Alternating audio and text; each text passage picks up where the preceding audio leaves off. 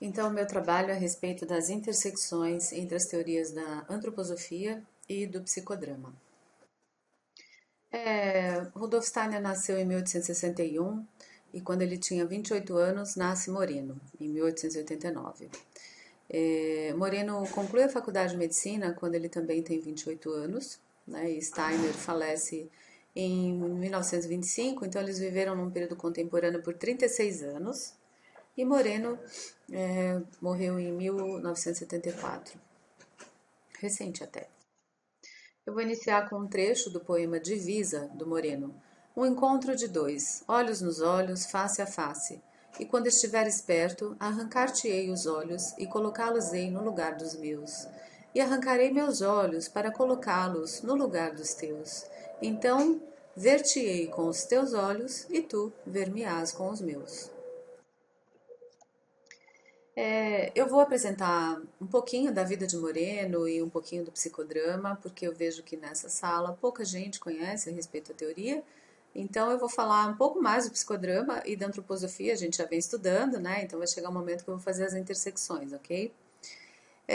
Um fato curioso da vida de Moreno aconteceu quando ele tinha mais ou menos 4 para 5 anos, né? Que ele, desde criança, sempre foi muito líder e um tanto megalomaníaco durante a vida e visionário, né? Então, quando criança, ele juntava as crianças do bairro e propunha a brincadeira de ser Deus e os anjos. Então ele empilhava uma cadeira em cima da outra, né, as crianças, e ele se colocava lá no alto, como no lugar de Deus, e abaixo ficavam os anjos, e lá ele conduzia a brincadeira. Uma certa vez ele quis, sendo Deus, ele achava que ele podia voar, né, e ele saltou da cadeira e quebrou o braço. Mais ou menos com 25 anos, Moreno estava na faculdade de medicina, né? Então ele se encontrou com o Dr. Freud numa palestra que ele foi. E nesse encontro, assim, eles foram conversar um pouco depois da palestra e uma das coisas que Moreno falou para o Freud é que, assim, o Freud ele ficava analisando os sonhos dos clientes, né? Enquanto que o Moreno ele fazia os clientes sonharem. Então, o trabalho dele começava onde acabava o Dr. Freud. Uma outra situação, mais ou menos com 30 anos, ele tinha um consultório que ele atendia, que era uma espécie de um sobrado, né? E muitas pessoas iam lá procurar ele, assim, porque queriam falar com o pai, falar com Deus, né? É, então ele conduzia a pessoa até o último andar lá dessa casa, né? E olhava para o teto, né? E via um céu estrelado. Então ele dizia que ali ele podia falar com o pai, falar com Deus, porque era o pai que ia curá-lo. A palavra psicodrama veio das palavras gregas psique e drama, que significa alma e ação. Ou seja, é a ação do eu no mundo, e se dá como base na criatividade, na espontaneidade e no aqui e agora. E aí, o objetivo de tudo isso é que a pessoa tenha um agir consciente. Então, aqui já vem uma intersecção das duas teorias. E para poder agir consciente, a pessoa precisa pensar, precisa sentir, precisa querer para poder fazer acontecer, né? Então, isso é uma coisa que está bem parecida.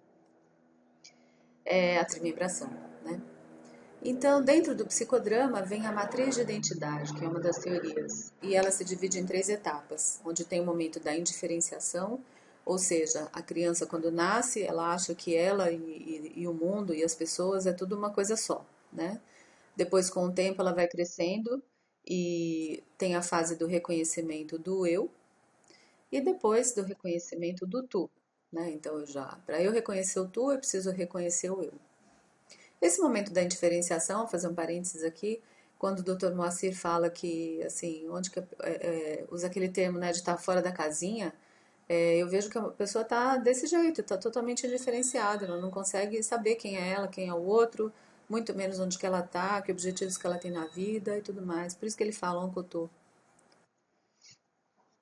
E dentro do psicodrama também tem a teoria de papéis, onde cada papel que a gente desenvolve na vida tem que passar por algumas etapas também, né? E assim, esse é o nosso objetivo, né? De ser uma super mulher, podendo fazer diversas coisas na vida.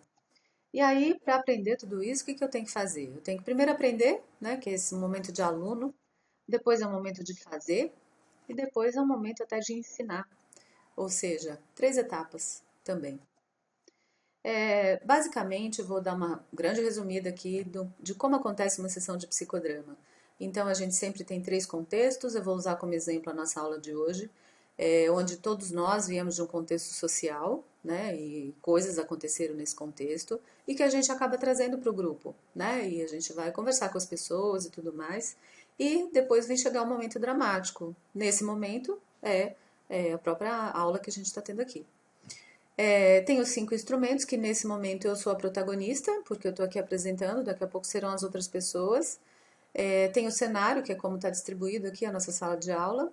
O ego auxiliar, que é quem auxilia o diretor, que está na condução do trabalho, e nesse momento esses 2 papéis é da mesma pessoa, que é o Dr. Jorge, que é quem está aqui conduzindo, controlando o nosso tempo. E tem a plateia, que são todos vocês, né? E que no final também podem contribuir com alguma coisa. E se divide sempre em 3 etapas, que é a etapa do aquecimento, da dramatização e dos comentários. Se a gente observar como são as nossas aulas, principalmente as do final de semana e as aulas da noite, né, essas aqui também procuram seguir esse padrão. Sempre tem essas etapas do aquecimento, né, da dramatização, que é o grande mó da aula, e dos comentários. Então, Moreno, ele diz que nós somos uma centelha divina, né? Então, nós viemos do cosmos e retornaríamos ao cosmos. Ou seja, tem esse ciclo também do vai e volta, né? E Steiner traz isso de uma forma muito mais completa e complexa, né? Onde o pouco que eu pude aprender nesse curso, eu vi que assim é uma escolha do espírito poder encarnar e havendo essa escolha e tendo a permissão de encarnar, ele vai ter que passar pelas esferas planetárias até o momento de encarnar. A nossa vida é uma grande esfera planetária também.